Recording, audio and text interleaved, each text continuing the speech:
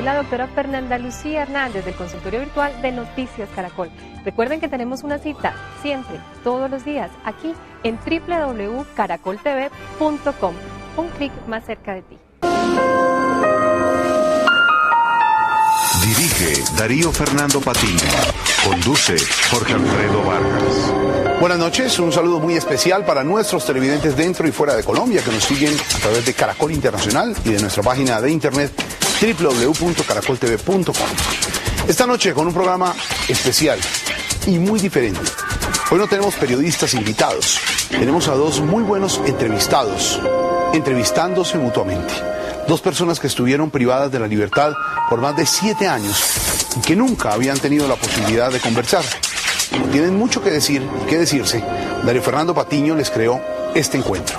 Un diálogo sobre el secuestro, pero en completa libertad. Aquí están Luis Eladio Pérez y Alan Jara, frente a frente. Darío Fernando Patiño entra al radar. Luis Eladio Pérez fue el primero en llegar con su hijo Sergio a la cita que él mismo había ayudado a concertar en el Hotel Portón en el norte de Bogotá. Alan Jara se hizo presente unos minutos después con su esposa Claudia. Jara y Pérez fueron secuestrados en el mismo tiempo, pero durante el cautiverio solo se vieron unos pocos minutos cuando el exgobernador fue llevado al campamento de Pérez y los demás políticos a tratar de instalar una televisión satelital. Pero esta vez se encontraron como si se conocieran de siempre. Compartimos un almuerzo en el que Jara comió sus primeros langostinos en 7 años y luego vino este diálogo, porque técnicamente no se puede llamar entrevista, que pasa por las vivencias de cada uno, pero que también, fieles a lo que han sido siempre, toca puntos políticos, a pesar de que algunos pretendan negarles ahora esa libertad de hablar. Claro que pueden hacerlo, pues para eso esperaron muchos años. Ambos son excelentes entrevistados y ahora se entrevistan mutuamente. Pues Alan, me da muchísimo gusto verte en libertad. No tuvimos la oportunidad de compartir mucho en cautiverio, escasamente unos minutos, pero lo veo físicamente muy bien. Siempre guardé la imagen tuya de la persona que había a escasos días salido de un paludismo cerebral y físicamente te vi muy deteriorado, pero me alegra verlo también hoy en día. Gracias, Luis Eladio. Bueno, ya vamos para 20 días en libertad, eso también ha ayudado algo, pero realmente en el momento en que nos conocimos en cautiverio, que fue, como bien lo dices, 10 minutos, sí, acabo de salir de un paludismo cerebral que me ha dado bastante duro, y ya después de ello vinieron otros paludismos menos malignos que ese, y ya estamos acá nuevamente disfrutando de esta libertad que usted también está disfrutando. Uy, sin duda. Y que necesitamos que disfruten, además, quienes todavía están en la selva. Y ese es el compromiso moral. Yo creo que ni tú, ni yo, ni ninguno de los que hemos recuperado la libertad tenemos una felicidad plena pensando que todavía hay compañeros pudriéndose en la selva. No, y si tenemos en cuenta que a nosotros, los políticos, nos secuestran para presionar el canje, para poder lograr la libertad de coronel y los demás oficiales y suboficiales, y resulta que nosotros salimos y ellos siguen allá. Bueno, y esa imagen que tengo de ti, de esos 10 minutos que pudimos hablar, te veía con mucho entusiasmo, te veía muy optimista, porque muchas veces uno, Alan, yo tuve momentos difíciles, yo inclusive alcancé a pensar en suicidarme, es decir, era tanto el desespero cuando estuve solo los 2 primeros años, pero a ti en ese momento te vi con mucha fuerza y que hoy la reafirmas cuando saliste a la libertad, con mucha...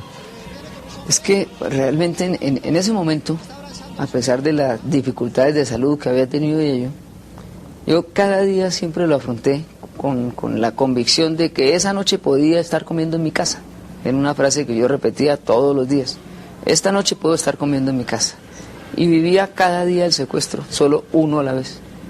Entonces digamos que en ese momento yo llevaba un día de secuestrado, así en el calendario hubieran pasado ya 3 años y medio o tal. Y sabes que ese fue mi error, por lo menos al principio, porque yo me ilusionaba. Tal fecha, para el cumpleaños de mi hijo, voy a estar en casa.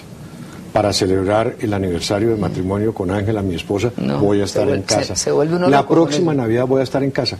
Solo cuando me unieron, después de 2 años, con algunos militares y policías, ellos me decían lo que tú me acabas de decir, Claro. vivir el día a día. Es que si se monta uno en el carrusel de las noticias, entonces vives una montaña rusa de ilusiones y desilusiones, y de ilusiones vanas y de profundas desilusiones, ellas sí muy reales todas, que hacen que esa carga de por sí dura que es el secuestro se vuelva insoportable. Yo por ello siempre asumía eso. Hombre, le tengo una pregunta desde hace rato, sino que solo ahora nos vemos. No había podido venir antes.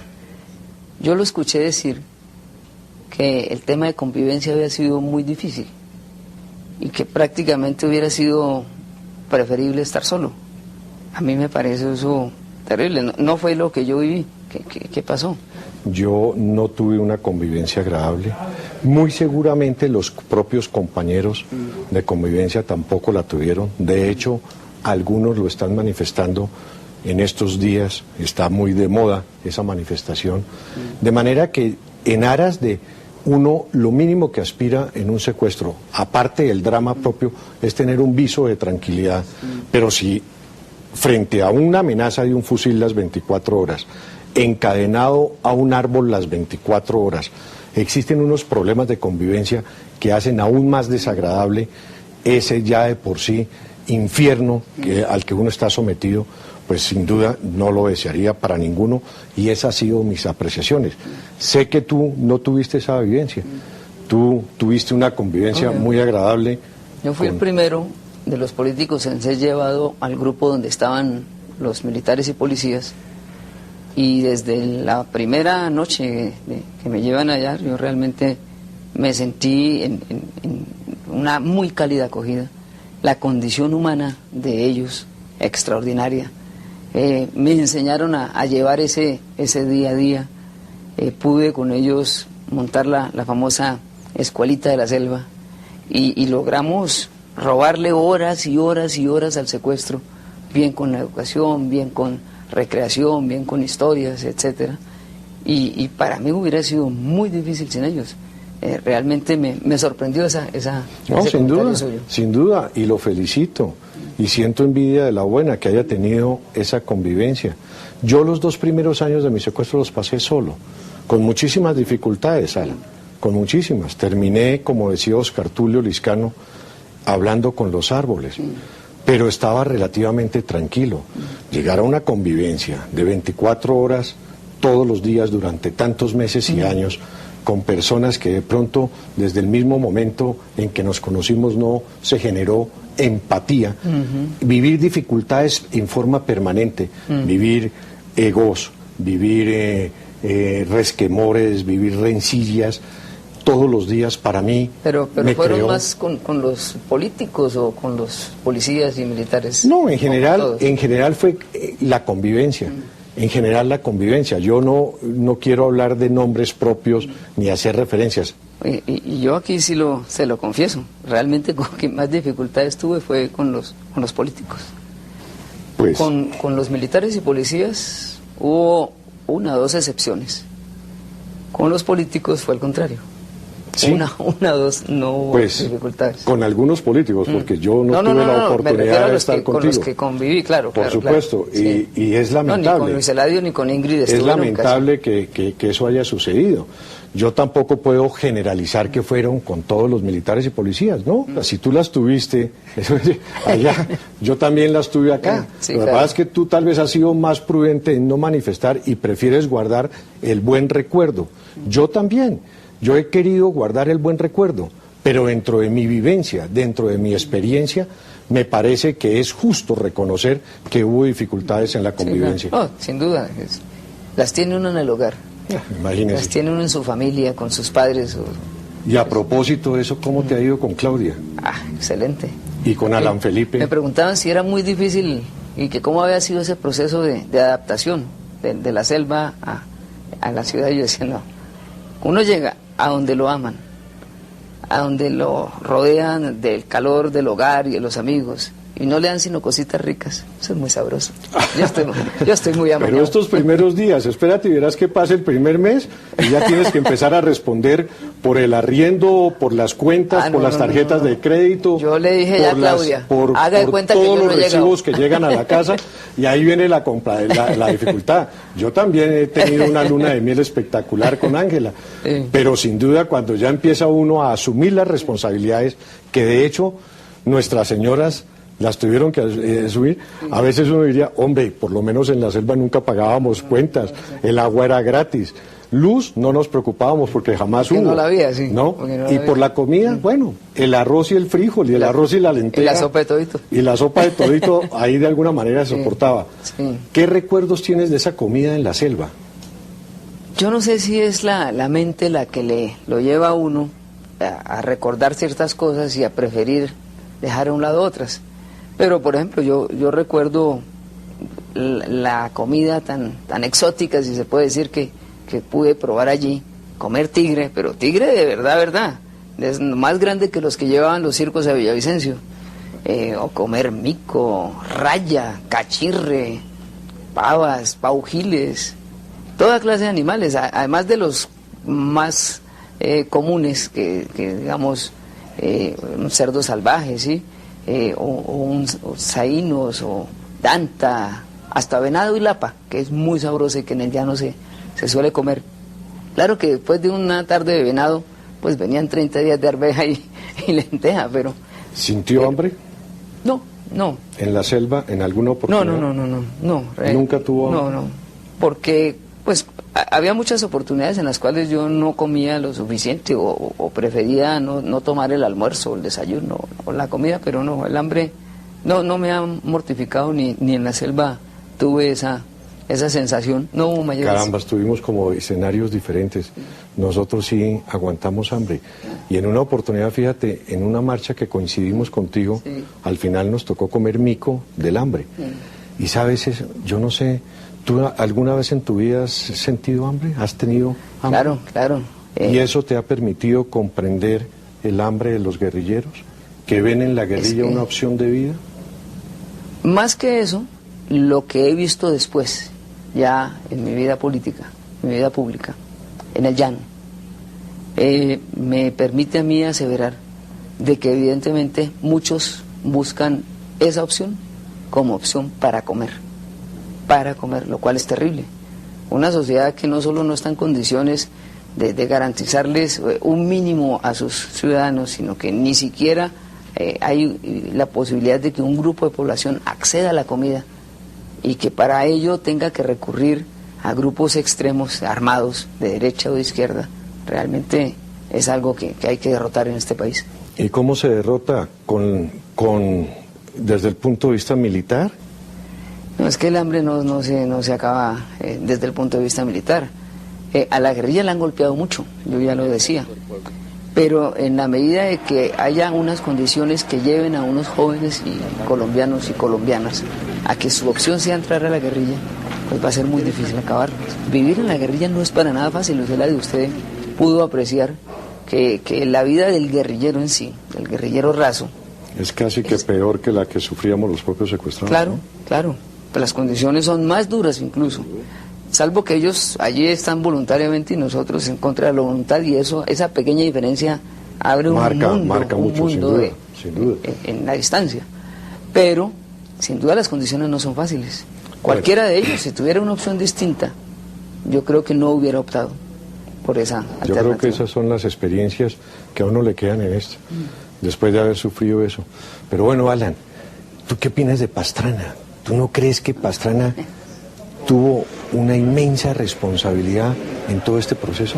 Eso es una vergüenza para este país, que habiendo una zona de extensión de no sé cuántos 42.000 kilómetros durante casi 4 años y teniendo la mesa de negociación ahí a pocos metros de donde nos tenían a nosotros, porque es que nosotros veíamos pasar el avión del comisionado y cuando salía el comisionado, que decían por las noticias, volvía y pasaba por encima de nosotros, y no ser capaz de priorizar la vida de unos servidores públicos, bien militares, policías o políticos en otros casos, pues realmente no tiene ninguna presentación.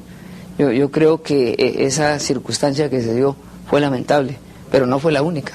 No, sin duda, no. Además, es que la actitud de indiferencia frente al tema de unos primeros secuestrados y sobre todo a la exigencia de la guerrilla cuando planteó la denominada ley de canje, debió haber asumido una posición mucho más drástica frente a la guerrilla. O se acababa o liberaba a todos o no había ninguna posibilidad de continuar, para evitarle el chantaje que no solamente representó para el gobierno de Pastrana, sino para el Estado y la sociedad colombiana.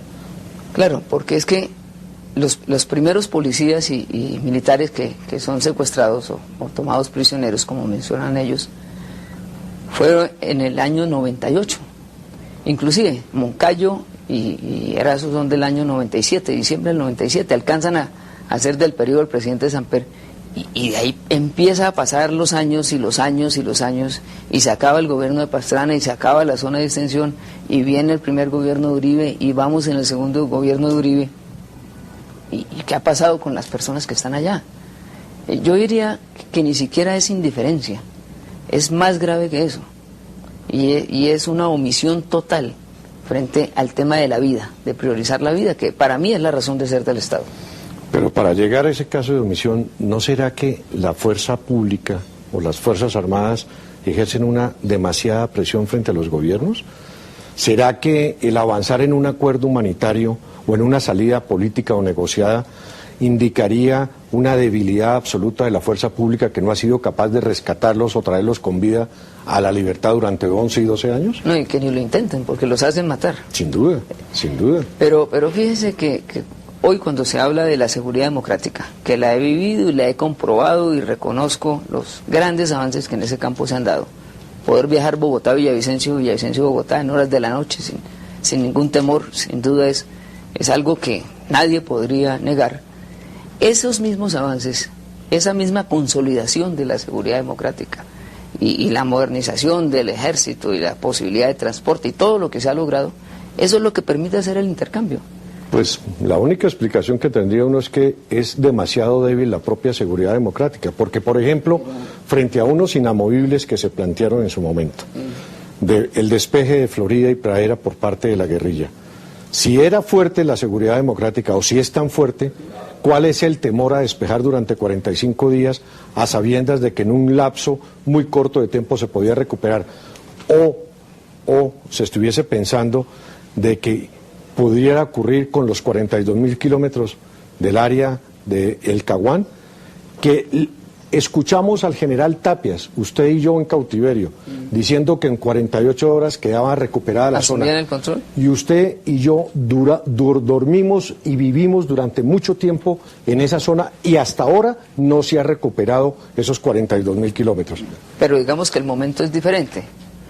Yo le decía al presidente, con todo respeto, que muy gentilmente estuvo visitándome en la noche de mi liberación, decía, presidente, lo único inamovible para un secuestrado es el palo al cual lo encadenan. Ese es un inamovible. Lo demás hay que superarlo. No, sin duda, y está superado. Y hoy en día ya no se plantean zonas de despeje. Hay que buscarle una salida, ser un poco más creativos en torno a la posibilidad de generar un intercambio o un cambio o la salida de las personas que están secuestradas allá. Y voy más allá, es que hay un camino exitoso ya, hay un camino que ha producido resultados. Usted y yo estamos acá por ese camino, que la senadora Piedad Córdoba, el grupo de colombianas y colombianos por la paz, la colaboración de los países latinoamericanos, pues ha permitido el retorno nuestro. ¿Aceptaría o estaría de acuerdo en que ese intercambio para traer a los 22 implique que el gobierno tenga que hacer un reconocimiento político a las FARC? ¿Para ti qué son las FARC hoy en día? Bueno, las FARC están golpeadas, sin duda. Han sufrido reveses que no habían tenido en otras épocas jamás.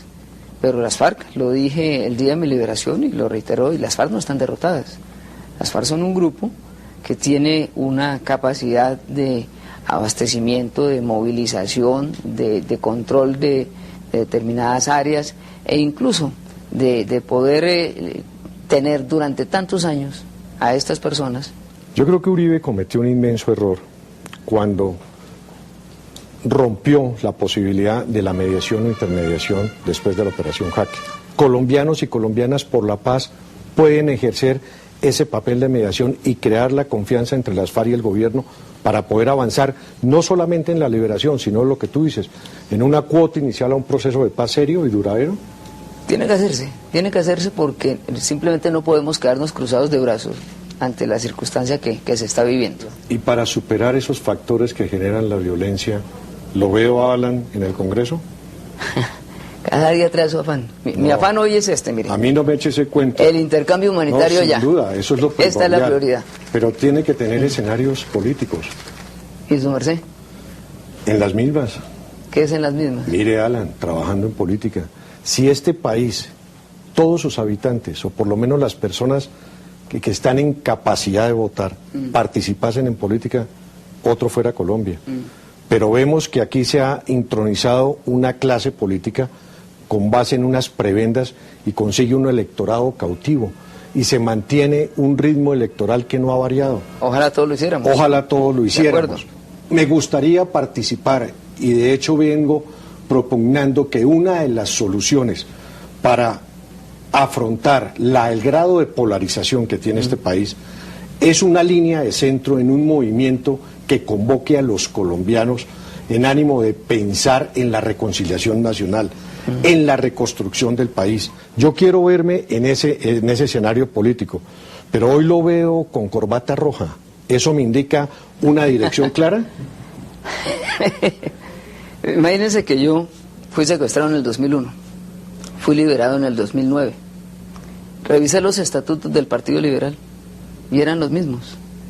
Revisé sus ideales, sus postulados y eran los mismos. Y me revisé a mí mismo y también era el mismo. Entonces, si yo estaba en el Partido Liberal, la verdad no encontré ninguna excusa para salirme. ¿Apoya a Piedad para el Congreso? Yo estoy con Piedad jugado en el tema del intercambio humanitario, con el grupo de colombianas y colombianos. Pero la de allí gratitud también tiene que llevarse al presidente Chávez, que en este proceso, así no haya participado en una forma muy directa en tu liberación, pero sí indirectamente creó las bases para poder avanzar. Pero entonces, ¿la corbata qué pasó? No, lo que pasa es que según algunos expertos dicen que pinta mejor en televisión con corbatas que tengan caballos, no color, sino caballos. Es simplemente una apreciación llanera de la corbata. Claro. Haber sabido me vengo con poncho mejor. Pero por supuesto, además hubiese sido el pretexto para almorzar una buena mamona. Hombre, algún día le decía a Claudia que lo primero que yo me imaginaba que Alan fuera a comer era la famosa carne a la llanera. ¿Así fue? ¿Y lo hiciste? Sí, claro. Yo ceno por la noche en mi casa hallaca llanera, que es otro plato típico de Colombia y Venezuela, a propósito de Venezuela. Y al día siguiente, mamona. ¿Por qué tú en una prueba de vida planteaste la posibilidad de un asilo o de en Venezuela o de acudir pues a las autoridades venezolanas para buscar una salida a tu suerte? Bueno, para hablar con la franqueza que hay, solemos hablar en el llano. Daba envidia de la buena ver cómo un país, Francia, se preocupaba por una ciudadana colombo-francesa como Ingrid, y daba tristeza ver cómo para el gobierno colombiano los colombianos que allí estábamos no éramos y quienes están no son una prioridad. Contemplé esa posibilidad sin renunciar jamás a mi condición de colombiano. ¿Sentiste vacío de sociedad? Porque yo te confieso una cosa, Alan, y yo a veces lo he dicho, que no solamente nos secuestró las FARC, sino también el olvido de la sociedad colombiana. Así lo escribimos en una carta con el coronel Mendieta, con el teniente Donato, el capitán Murillo, en las pruebas que salieron con Consuelo y Clara. Pero yo sí quiero aquí hacerle un reconocimiento a todos los medios de comunicación que lograron de alguna manera mover el tema, ponerlo en la agenda nacional, y a todos y cada uno de los colombianos que se manifestaron a favor de la libertad, que siempre se manifestaron buscando que el secuestro no fuera usado más, nunca más, como arma política o arma de guerra. ¿Las FARC son terroristas?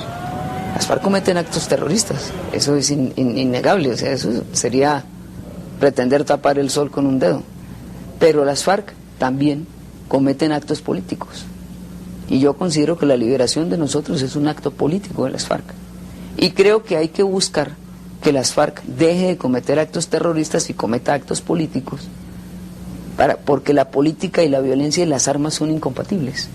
Y a ese escenario es que hay que llevarlos, a un escenario político y no a un escenario de guerra y de terrorismo. Mi impresión, antes de la vinculación directa en el proceso de Piedad y del presidente Chávez, es que las FARC habían perdido totalmente su rumbo político, habían perdido sus intereses. ¿Y cómo lo ve ahora? Hoy la veo diferente gracias a Piedad y al presidente Chávez. Justamente prueba de ello es lo que tú acabas de decir, acto político de nuestra liberación. ¿Compartes eso? Sí, no, que nadie se engañe que esto ha sido un acto humanitario, no es así. Esto es un acto político. Sí. Uribe es el presidente de la guerra, o ha sido el presidente de la guerra. ¿Puede ser el hombre de la paz? Si lo desea, claro. Si lo desea, y debería serlo. Porque quien ha tenido autoridad para combatir, tiene autoridad también para hacer la paz. ¿Superaste tú odios y rencores? ¿Si es que alguna vez los has tenido? Yo decía por eso que tal vez la mente como que lo lleva a uno por algunos caminos que pretenden más bien como olvidar ciertos agravios, olvidar diferencias, porque no es bueno para el alma cargar con ellos. ¿Y tú crees que es buena el alma de Uribe, que no ha podido soportar o no ha podido superar esos odios y esos rencores? Yo creo que lo puede hacer y le hago un llamado para que lo haga. ¿Y sería un gran constructor de paz? Yo le dije al presidente que cuando había descartado la posibilidad de que Piedad viajara a la liberación mía, por lo tanto se había abortado la misión, casi me mata del susto, y que menos mal al día siguiente reconsideró esa situación y él me dijo: actué con el corazón, puedo estar siendo infidente, pero había muchas personas en mi casa en ese momento. Y yo le dije: presidente, por eso le funcionó, debería hacerle más caso al corazón. Yo creo que nunca es tarde para poder retomar un camino. No me cabe la menor duda que ese es el paso fundamental que se tiene que dar. Yo recuerdo, Luis Eladio, una frase del sargento Arcia, que aún está en la selva, cuando llevábamos ya varios años de secuestro. Él llevaba 5 años en ese momento, y le pregunté a Consuelo González: Arturo, ¿qué es lo más duro del secuestro, Luis Arturo? Y él le contestó: lo más duro del secuestro son los 5 primeros años, doctora. Ahora yo le pregunto a Luis Eladio: ¿qué es lo más duro de la libertad? ¿Qué me espera en el siguiente año? Lo más duro de la libertad, sabes que yo había hecho cultura de muerte. Yo diría que yo había estado más preparado para morir que para vivir. Para mí era muy difícil pensar en la posibilidad de volver a reencontrarme con mi familia. Y naturalmente, cuando supe que quedaba libre o que iba a ser liberado, encontré sentimientos encontrados, una gran angustia de salir a ver qué hacía, qué encontraba, qué familia iba a reconocer, qué me iba a poner a hacer. Eso te digo que al principio me causó muchísimo impacto. Hoy en día, a pesar de que todavía, supongo, no estoy lo suficientemente ubicado, supongo yo que todavía efectos postraumáticos del secuestro queden, secuelas que sin duda lo marcarán a uno de por vida. Me siento feliz, me siento tranquilo, estoy proyectando una vida en paz y en armonía y con mucho amor con mi familia, y deseo contribuir, como te decía inicialmente, a construir ese nuevo país que todos deseamos. Muy bien. ¿Y tú? No, pues el panorama es bonito. Yo le jalo a eso, yo me apunto a eso. Porque realmente pensar en vivir sobre rencores, odios, creo que eso le hace mal al país y le hace mal a uno mismo. Yo veo a un Alan Jara muy dispuesto a encabezar esa reivindicación del llano colombiano. Yo veo que hay un vacío político en el Meta y en general en el llano. ¿Es Jara el hombre para ello? Yo ahí estoy. En el llano estoy, en el llano me quedo. Oye, pues Nariño, ¿cómo está? ¿Está como complicado por allá? Desgraciadamente sí. Hoy está concentrado el escenario de la guerra en el departamento. Paramilitarismo, guerrilla, delincuencia común, narcotráfico, y a eso se le suman las pirámides, el volcán Galeras, las inundaciones. Realmente es un cuadro muy, muy devastador el que presenta hoy el departamento, pero que sin duda impone retos, porque justamente la grandeza de las personas está cuando las dificultades afloran. Lo veo con ganas de 1 centímetro ejecutivo y no de 1 kilómetro legislativo. Me han dicho que a Alan siempre le ha llamado eso la atención y que quedó inconcluso muchos o algunos proyectos que le gustaría desde el escenario de la gobernación volverlos a hacer en el Meta. Cada día trae su afán. Pero no te... Alan, cuéntame, ¿te sientes bien? Porque sabes una cosa, cuando uno sale, la mayoría de la gente salieron locos, o están con síndrome de Estocolmo, o salieron amedrentados por la guerrilla, o salieron prevenidos, o salieron condicionados, o al final los que menos nos ofenden es que salimos con diarrea verbal. ¿Cómo te sientes tú? No. Yo decía que en la rueda de prensa nadie me ha preguntado qué pensaba yo de las FARC, y que yo me hubiera sentido mejor si hubiera podido complementar, como lo hice en días posteriores, diciendo que mi memoria no me falla para saber quiénes me secuestraron, quiénes me robaron todo este tiempo con mi familia, quiénes cometieron ese delito. Para mí es muy claro, fueron las FARC. Pero quienes me conocen a mí, y en el llano hay la ventaja de que como Villavo es un pueblo pequeño, todos nos conocemos unos a otros. Quienes pudieron oír mi primera respuesta, dijeron, ahí está Alan. Alan ha regresado, Alan está ahí pintado. Siempre ha sido así mi manera de ser, siempre me he expresado como lo hice en esa rueda de prensa, de manera que para aquellos que les gusta analizar y buscar qué hay detrás o qué quiso decir con esta palabra o con este gesto, no, yo siempre he sido el mismo Alan, me siento bien, no me he podido quitar la sonrisa de la libertad, muy feliz. Y no se la quite nunca, porque esa sonrisa es la que es constructora de armonía, de reconciliación y de paz. Alan, me complace muchísimo haber compartido contigo en la tarde de hoy. Muy bien, gracias. Usted está viendo el radar. Seguimos en el radar. Lo único que nos resta es decirles gracias a Luis Eladio y a Alan por haber compartido con nosotros estos minutos, esas enseñanzas, y por decirnos y enseñarnos que lo que queda es una nueva etapa de la vida que hay que vivir. Por eso la frase de hoy, de Chalmers: los 3 ingredientes esenciales de la felicidad son una buena tarea, un gran amor y una hermosa esperanza. El radar sigue encendido. Nos vemos mañana.